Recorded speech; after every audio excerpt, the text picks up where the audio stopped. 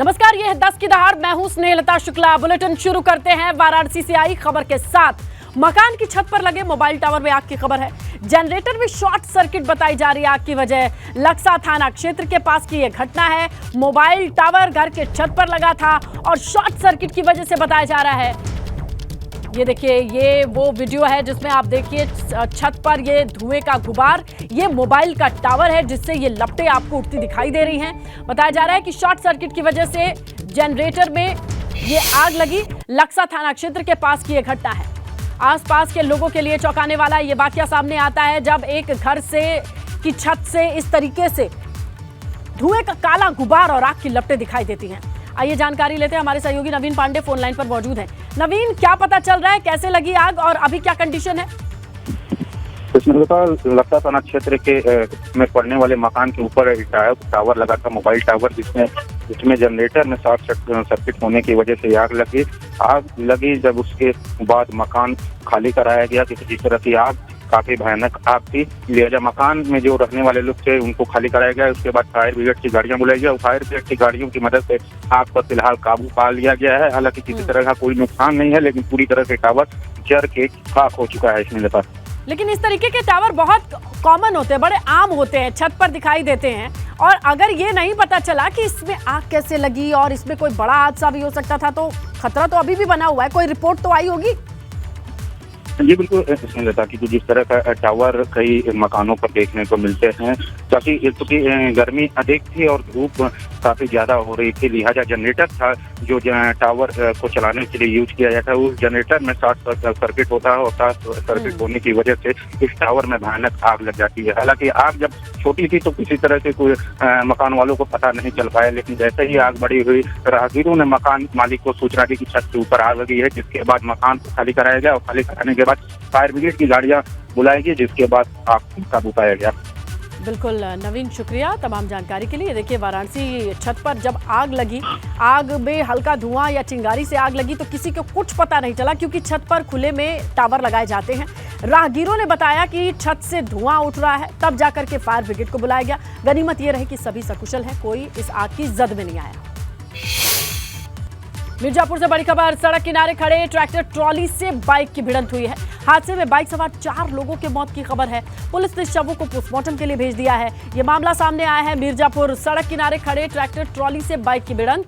हादसे में बाइक पर 4 लोग सवार थे, बताया जा रहा है उनकी मौत हो चुकी है। पुलिस मौके पर है, शव को कब्जे में लिया, पोस्टमार्टम के लिए भेजा गया। लेकिन सड़क के किनारे ट्रैक्टर ट्रॉली खड़ी थी और एक बाइक पर 4 लोग सवार थे। बताया जा रहा है कि टक्कर में दर्दनाक हादसे में मौके पर ही 4 लोगों की मौत हो गई। मिर्जापुर से बड़ी खबर मिल रही है। सड़क किनारे खड़े ट्रैक्टर ट्रॉली से बाइक की भिड़ंत हो गई है, टक्कर हो गई है। हादसे में बाइक सवार 4 लोगों की मौत की खबर है। पुलिस मौके पर है, चारों शवों को पोस्टमार्टम के लिए भेजा जा चुका है। ट्रैक्टर ट्रॉली सड़क के किनारे खड़ी थी, बाइक पर 4 लोग सवार थे, जोरदार टक्कर होती है और इस दरमियान 4 लोगों की मौके पर मौत।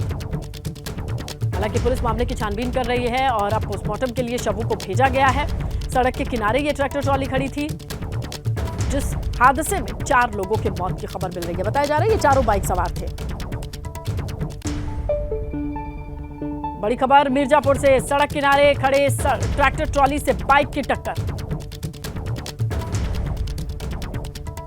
तो देखिए, मिर्जापुर सड़क हादसे पर सीएमओ ने ट्वीट करके दुख जताया है। ट्वीट का कंटेंट आपके सामने रखते हैं, जहां पर मिर्जापुर में सड़क हादसे में हुई जनहानि पर गहरा दुख प्रकट किया। उन्होंने दिवंगत आत्माओं की शांति की कामना करते हुए शोक संतप्त परिजनों के प्रति संवेदना व्यक्त की है। मुख्यमंत्री जी ने जिला प्रशासन के अधिकारियों को घायलों को तत्काल अस्पताल पहुंचाकर समुचित उपचार करने के निर्देश दिए हैं। साथ ही घायलों के शीघ्र स्वस्थ होने की कामना की है। तो देखिए, सीएमओ ऑफिस की ओर से ये ट्वीट सामने आया है। 4 लोगों की मौके पर मौत हुई है और घायल लोगों के लिए इलाज की व्यवस्था की गई है। और सीएमओ ऑफिस की ओर से ये ट्वीट करके आश्वस्त भी किया गया है और शोक संतप्त परिवार के प्रति संवेदना भी व्यक्त की गई है।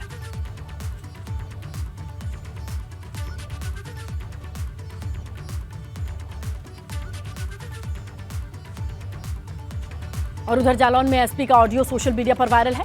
वायरलेस सेट पर ही एसएचओ एसएसआई को सस्पेंड करने का आदेश। जहां थानेदार पर रेप पीड़िता के पिता पर दबाव बनाने का आरोप है। एटा के एसएचओ पर समझौते का दबाव बनाने का आरोप है। परेशान रेप पीड़िता के पिता ने फांसी लगाकर जान दे दी थी। इस पूरे मामले पर जांच बिठाई गई थी। बीती 5 मई को जालौन में सनसनीखेज वारदात सामने आई, जहां पुलिस पर रेप के आरोपियों के खिलाफ कार्रवाई न करते हुए बल्कि पीड़ित पक्ष पर दबाव बनाया गया। इसके बाद क्षुब्ध होकर, परेशान होकर पीड़ित पिता ने फांसी लगाकर जान दे दी। मामला सामने आने के बाद गुस्साए एसपी ईरन राजा ने सेट पर ही थाने एसएचओ एसएसआई को सस्पेंड कर दिया। कहा, डंडे की भाषा ही समझाऊंगा। एसपी जालौन ईरन राजा का ऑडियो सोशल मीडिया पर जमकर वायरल हो रहा है।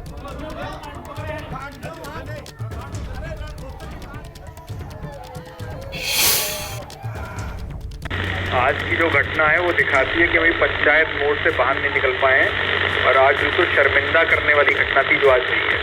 उसके लिए मैं शर्म आनी चाहिए और डूब मरना चाहिए। जो हमारे एसएचओ 8 का जो कृत्य है, एसएसआई का जो कृत्य है, वो बिल्कुल इस तरह का है कि बिल्कुल डूब मरने वाली स्थिति है। शर्म आनी चाहिए हम लोग को कि हम आज के समय में एफआईआर लिखने में और ये पंचायत मोड़ से बाहर नहीं निकल पा रहे हैं। गरीब पीड़ित को न्याय नहीं दे पा रहे हैं हम लोग। 30 तारीख को पीड़ित थाने पर आता है, 30 तारीख को उसको टहला दिया जाता है, बेवकूफ़ बना के भेज दिया जाता है। माइनर लड़की है, कैसे भी संबंध बने हो, उसमें तो कोई मतलब ही नहीं है जब माइनर लड़की है। फिर क्या कंफ्यूजन था भाई? माइनर लड़की के संबंध में तो आप तत्काल मुकदमा पंजीकृत करेंगे। कितने बार आपको बताया जाए? और किस एसएचओ को कंफ्यूजन है? मतलब रेप जैसे मामले में आप लोग पंचायत करने बैठ जाते हैं यहाँ पर। ये Munshi, SSI, SHO, additional SHO सबके नाकारा बैठा रखे हैं क्या मैंने यहाँ पर? किसी का कुछ भी काम करने में इंटरेस्ट नहीं है, जनता के लिए कोई जवाबदेही नहीं है। अब उसके लड़की के पिता ने किन हालातों में आज आत्महत्या की, लेकिन आत्महत्या तो उसने की और उसके लिए हम लोग कहीं ना कहीं सब जिम्मेदार हैं। लखनऊ से खबर, संजीव जीवा हत्याकांड में बड़ा खुलासा हुआ है। आरोपी विजय यादव गाड़ी से कोर्ट पहुंचा था। पूछताछ में विजय यादव ने गाड़ी से कोर्ट पहुंचने की बात बताई है। कोर्ट रूम में बैठकर संजीव जीवा के आने का वो इंतजार कर रहा था। पुलिस आरोपी की गाड़ी की तलाश में जुटी हुई है। जिस गाड़ी से विजय यादव कोर्ट पहुंचा था उस गाड़ी की तलाश की जा रही है, क्योंकि इस हत्याकांड के तार उस गाड़ी से भी जुड़ सकते हैं। किस गाड़ी में बैठ करके आया था, और विजय यादव ने बताया कि गाड़ी में बैठ करके वो कोर्ट आया और कोर्ट में बैठ करके वो संजीव जीवा के आने का इंतजार करता रहा और जैसे ही नजर आया ताबड़तोड़ गोलियों से भूनने के बाद का ये मंजर हमारे आपके सामने आता है कैसरबाग से। और अब कोर्ट में इस हत्याकांड को लेकर के एक के बाद एक नए खुलासे हो रहे हैं। ताजा अपडेट ये है कि आरोपी विजय यादव गाड़ी से कोर्ट पहुंचा था और पूछताछ में विजय ने गाड़ी से कोर्ट पहुंचने की बात भी बताई है और बताया कि कोर्ट रूम में बैठ करके वो किस तरीके से संजीव जीवा के आने का इंतजार कर रहा था। आरोपी की गाड़ी तलाशने में जुटी हुई है पुलिस। आखिरकार बड़ा सवाल ये है कि वो गाड़ी, वो मैग्नम, रिवॉल्वर, ये पिस्टल, ये तमाम चीजें विजय यादव को किसने मुहैया कराई और इसके तार जुड़ेंगे उस गाड़ी से जिस पर से वो बैठ करके आया है। क्या खुद की गाड़ी थी या किसी ने दिलाई थी? क्या नंबर था? किसके नाम से रजिस्टर्ड था? ये तमाम चीजें पता चल जाएंगी अगर इस गाड़ी को तलाशा जा सका तो। सीधा लिए चलते हैं लखनऊ। हमारे सहयोगी विवेक इस पूरे मामले पर नजर बनाए हुए हैं। उनसे जानने की कोशिश करते हैं कि जिस गाड़ी का जिक्र किया जा रहा है, जिस गाड़ी से आया है, अगर सीसीटीवी होता तो विवेक जाहिर तौर पर थोड़ा आसान होता, लेकिन अब किस तरीके से ढूंढा जाएगा कि कौन है जिसने इतनी हेल्प करी, गाड़ी, पिस्टल सब कुछ मुहैया कराया विजय को? स्नेहलता, सबसे पहले तो सवाल ये उठता है कि गाड़ी है कहाँ और किसकी है। मैं कोर्ट के उस दरवाजे पर खड़ा हूँ जहाँ से सभी की मोटरसाइकिल पार्किंग होती है। हालांकि ये गेट नंबर 6 की पार्किंग है। इसके अलावा ऐसे और 7 गेट हैं जहाँ अलग अलग पार्किंग होती है। यहाँ पर गाड़ियाँ कुछ खड़ी रहती हैं, कुछ जो कर्मचारियों की होती हैं, कई गाड़ियाँ वकीलों की होती हैं, कुछ ख़राब होती हैं, कुछ गड़बड़ होती हैं, किसी में कोई दिक्कत आती है तो यहाँ खड़ी करके चले जाते हैं। तो ये तमाम गाड़ियाँ यहाँ खड़ी हुई हैं, लेकिन इसमें से विजय यादव की गाड़ी क्या यहाँ पर इस पार्किंग में है या बाकी जो 7 गेट है दूसरे वहाँ की पार्किंग में है, ये अभी तक क्लियर नहीं हो पाया है, साफ नहीं हो पाया है। पुलिस की सारी टीमें जो कोर्ट परिसर के अंदर पुलिस तैनात रहती है, इसके अलावा जो आसपास के थानों की फोर्स कल बुलाई गई थी, वो सारी टीमें विजय यादव की गाड़ी ढूंढ रही हैं। सीसीटीवी कैमरे लगे हुए हैं, लेकिन बहुत सारे कैमरे काम नहीं करते हैं, ज़्यादातर कैमरे बंद हैं, या उनका जो दिशा है, मूवमेंट है, वो चिड़ियों पक्षियों की वजह से या शरारती तत्वों की वजह से इधर उधर हो गया है। इस वजह से वो फोकस्ड नहीं है, यानी जहाँ पर उनको होना चाहिए, जिस जगह पर नज़र रखनी चाहिए, वो फोकस्ड नहीं है। इधर उधर उनका जो व्यू है वो बदल दिया गया है। ऐसे में सवाल ये उठता है कि विजय यादव ने गाड़ी यहाँ पर पार्क की थी या कोर्ट के बाहर भी आसपास तमाम दुकानें हैं, तमाम जगह हैं, खाली जगह पड़ी है, वहाँ पर पार्क की थी। हर जगह पर सर्च किया जा रहा है कि आखिर उसने गाड़ी पार्क कहाँ की थी। दूसरी, मैग्नम अल्फा जो रिवॉल्वर जिससे हत्या हुई है, वो उसके पास कहाँ से आई। कनेक्शन चूंकि पूर्वांचल का और पश्चिम का कनेक्शन जुड़ रहा है, ये कोई माफिया का नया इक्वेशन नहीं है। पहले भी हम देख चुके हैं, मुन्ना बजरंगी की जब हत्या हुई थी जेल में, सुनील लाठी गैंग को सपोर्ट करने के लिए किया, उसके जरिए हत्या करवाई गई थी। और पूर्वांचल और पश्चिम के जो माफिया हैं, उनका एक गठजोड़ कई साल से यहाँ पे एक नया गठजोड़ बन रहा है। इसी जो इसकी हत्या हुई है संजीव जीवा की, कहा जा रहा है कि उसी गठजोड़ की कड़ी का एक अगला हिस्सा है पश्चिमी उत्तर प्रदेश में कैसे सुनील लाठी गैंग को मजबूत करना और तमाम छोटे छोटे गैंगस्टर हैं उनको साथ में जोड़ के एक बड़ा नेटवर्क तैयार करना। ये भी कोशिश चल रही है पूरे यूपी के अंडरवर्ल्ड की। माफिया मुख्तार अंसारी जेल में है, अतीक अहमद खत्म हो चुका है। ऐसे में एक नया माफिया तंत्र डेवलप होने की दिशा में तस्वीर साफ हो रही है आगे कि कौन सा नया माफिया, कौन से अंडरवर्ल्ड के नए लोग इस पूरे यूपी के ठेके पट्टी टेंडर चलाएंगे। ये भी तस्वीर साफ हो रही है धीरे धीरे संजीव जीवा की हत्या के बाद से, क्योंकि संजीव जीवा लगातार पश्चिमी उत्तर प्रदेश में जेल में रहकर भी 20 साल से वो जेल में था, उसके बाद भी पश्चिमी उत्तर प्रदेश में वो एक्टिव था। उसके लोग माफ़ कीजिएगा किडनैप करते हैं, रैंसम वसूलते हैं, हत्याएं करते हैं, सुपारी किलिंग करते हैं। तो संजीव जीवा जेल में रहकर भी अपना गैंग अच्छी तरह से ऑपरेट कर रहा था, एक अच्छा पैसा बना रहा था। उसको ख़त्म करना इसलिए भी ज़रूरी था कि पश्चिमी उत्तर प्रदेश में जो उसका प्रभाव है, जो उसका वर्चस्व है, जो उसके गैंग के लोग हैं। हालांकि कल ही पुलिस ने गैंग के लोगों की सूची जारी की है, उसमें कई ऐसे लोग हैं जो जेल में हैं और कई ऐसे लोग हैं जो बाहर हैं, एक्टिव हैं और गैंग के नए सदस्यों को जोड़ने का काम भी कर रहे हैं, नए काम शुरू कर रहे हैं। टेंडर को लेकर जो जिस तरह से वर्चस्व हासिल करने की स्थिति थी, लखनऊ में भी टेंडर और ज़मीनों का कारोबार, बड़ा कारोबार, संजीव जीवा ने लखनऊ में भी हत्याएं कराई थी, कुछ किसानों को मर्डर कराया था, एक गोसाईगंज की बड़ी ज़मीन के लिए, हिमा मऊ में बड़ी ज़मीन के लिए हत्या कराई थी उसने, उसका मुकदमा भी दर्ज है। ऐसे बहुत सारे केस हैं ज़मीनों को लेकर और ठेके पट्टी को लेकर। ये एक नया गठजोड़ जो पैदा हो रहा है माफिया का, क्या ये टेंडर, ठेके पट्टी और वर्चस्व पूरे उत्तर प्रदेश में कायम करना चाहता है, अपना प्रभाव स्थापित करना चाहता है। छोटे छोटे जो बिखरे हुए गैंगस्टर हैं पश्चिमी उत्तर प्रदेश के खासकर और पूर्वांचल के, उनको जोड़ के एक साथ एक बड़ा जाने की वजह भी बंदूक हो तो ये बड़ी बात नहीं मानी जाती। लेकिन जिस तरीके से कोर्ट में ये सब कुछ हुआ, वो कोर्ट की सुरक्षा सवालों के घेरे में है। उसे लेकर के जांच किधर पहुंचती है, बाइक का पता कब लगता है और अधिवक्ताओं का क्या कहना है, इन तमाम चीज़ों पर आज लखनऊ से नज़र बनी रहेगी। फिलहाल जानकारी और तस्वीरों के लिए शुक्रिया विवेक। और देखिए, शामली में भी आज काफ़ी हद तक हलचल बनी रहने वाली है, क्योंकि संजीव जीवा का अंतिम संस्कार होना है। पैतृक गांव आदमपुर में अंतिम संस्कार होगा संजीव जीवा का। परिजन गांव पहुंचे हैं, कुछ ही देर में शव पहुंचेगा।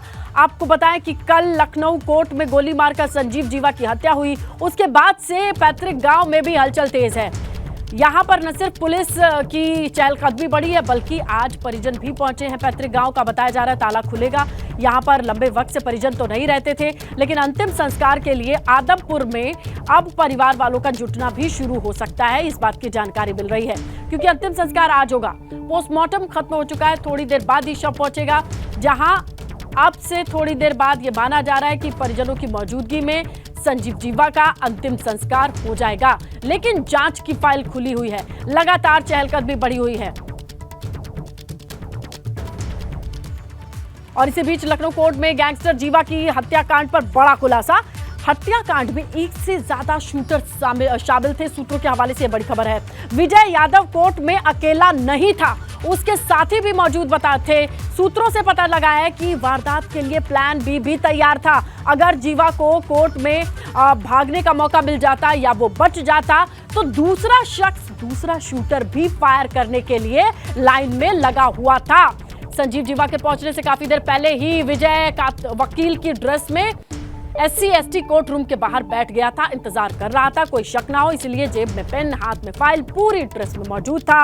और संजीव के साथ पीछे से कोर्ट रूम में भीतर गया एक और शख्स था। मौका मिलते ही जीवा पर किस तरीके से ताबड़तोड़ फायरिंग की वो तस्वीरें सबके सामने है, वो मंजर सबके सामने है। कोर्ट रूम का जो माहौल था वो भी हमने देखा, लेकिन इसके साथ जो पर्दे के पीछे की बात है कि विजय के साथ एक और शार्प शूटर की कोर्ट में मौजूदगी थी, जो अगर ये सक्सेस नहीं मिलती विजय को तो वो आता मोर्चा संभालता और जीवा पर फायर करता।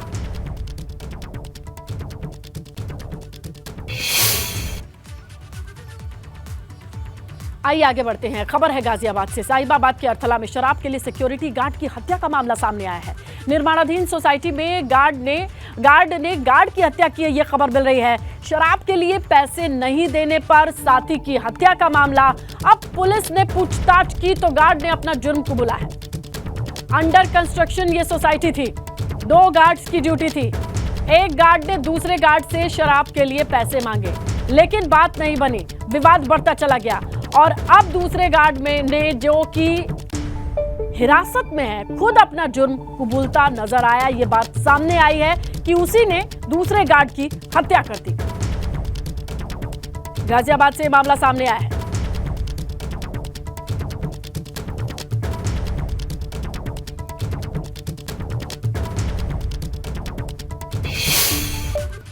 और उधर जालौन में लड़के से परेशान होकर आत्मदाह करने वाली लड़की की मौत हो गई है। बीती 5 मई को एक लड़के का फोन आने के बाद नाबालिग लड़की ने खुद को आग लगा ली। बुरी तरीके से झुलसी नाबालिग लड़की को परिजनों ने अस्पताल पहुंचाया, उसे हायर सेंटर रेफर किया गया, लेकिन बचाया नहीं जा सका। लड़की की मौत हो गई। परिजनों का कहना है कि लड़के ने उसे वीडियो कॉल पर आग लगाने के लिए कहा, जिसके बाद उसने आग लगा ली। इधर पुलिस का कहना है कि लड़के से लड़की की बातचीत होती थी। फिलहाल आरोपी को गिरफ्तार कर लिया गया है। तो देखिए, जालौन से ही ये दूसरा मामला भी सामने आया है। मैंने पूछा था हाँ। कि आपकी उस लड़के से क्या बात हुई। हाँ। तो उसने बोला हमारी ये बात हुई, कॉल उधर से आई, सादा कॉल। सो पहले कॉल जो भी है वो करी, फिर जाके बाद ये मरने की बात हो गई होगी, सो वीडियो कॉल लगाई फिर उसने लड़के ने कि हमको दिखाओ, मर के दिखाओ। सो इसने ऐसा जंगल आया था बकरी में, जंगले पर रखा मोबाइल, वीडियो कॉल चलने लगी। सो तेल की कट्टी मट्टी की तेल की रखी थी भरी, सो उठा के लाई। सो उसने अपने सर पर डाल के और आग लगा दी। लाइव वीडियो में आग लगाई। हाँ। अच्छा। ये थाना जालौन के गांव कुलगांव का मामला है। 5/6 रात्रि को पुलिस को सूचना प्राप्त हुई कि एक लड़की ने आग लगाई और जिसको इलाज के लिए झांसी ले जाया गया। पुलिस तत्काल पीड़ित पक्ष से मिली। पीड़ित पक्ष ने एक तहरीर दी, जिसके आधार पर सुसंगत धाराओं में मुकदमा पंजीकृत किया गया। विवेचना से प्रथम दृष्टया जो निकल के आया है वह लड़की का एक लड़के से फोन पर बातचीत होती थी और उस दिन जिस दिन घटना हुई उस दिन भी उस लड़के से बातचीत हो रही थी और उस बातचीत के बाद लड़की ने एक कदम उठाया। तहरीर में उस लड़के को अभियुक्त बनाया गया। पुलिस की प्रथम दृष्टया जो विवेचना चल रही है उसमें भी उसके खिलाफ सबूत मिले हैं, इसलिए उसको गिरफ्तार कर लिया गया है और आगे जो विधिक कार्रवाई है वो की जाएगी। खबर आगरा से है, जहां घरेलू कलह के चलते बुजुर्ग दंपति ने आत्महत्या कर ली है। पेड़ से लटका मिला है बुजुर्ग दंपति का शव। पुलिस ने शव को कब्जे में लेकर के पोस्टमार्टम के लिए भेज दिया है। पिनाहट थाना क्षेत्र के पूरा नत्था गांव का ये मामला है। बताया जा रहा है कि घर में झगड़ा परेशानी थी और बुजुर्ग दंपति ने जिंदगी खत्म कर ली।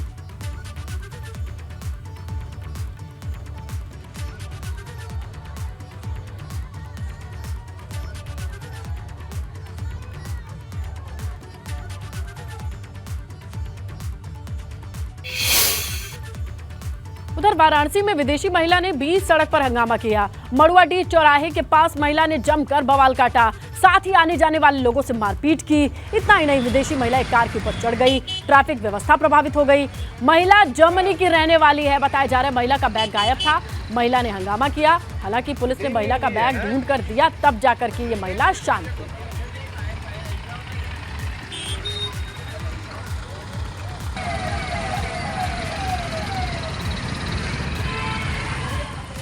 तो देख रहे हैं आप, ये ट्रैफिक पूरा रुका हुआ है।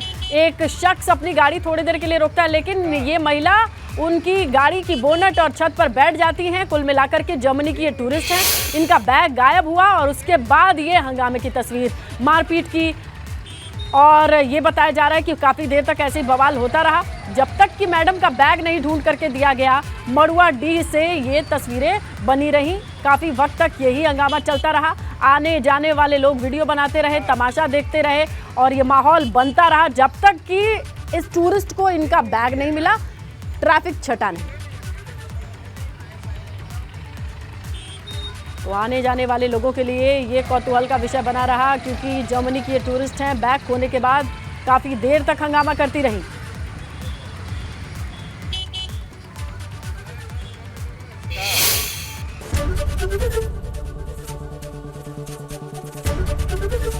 एबीपी गंगा, खबर आपकी, जुबान आपकी।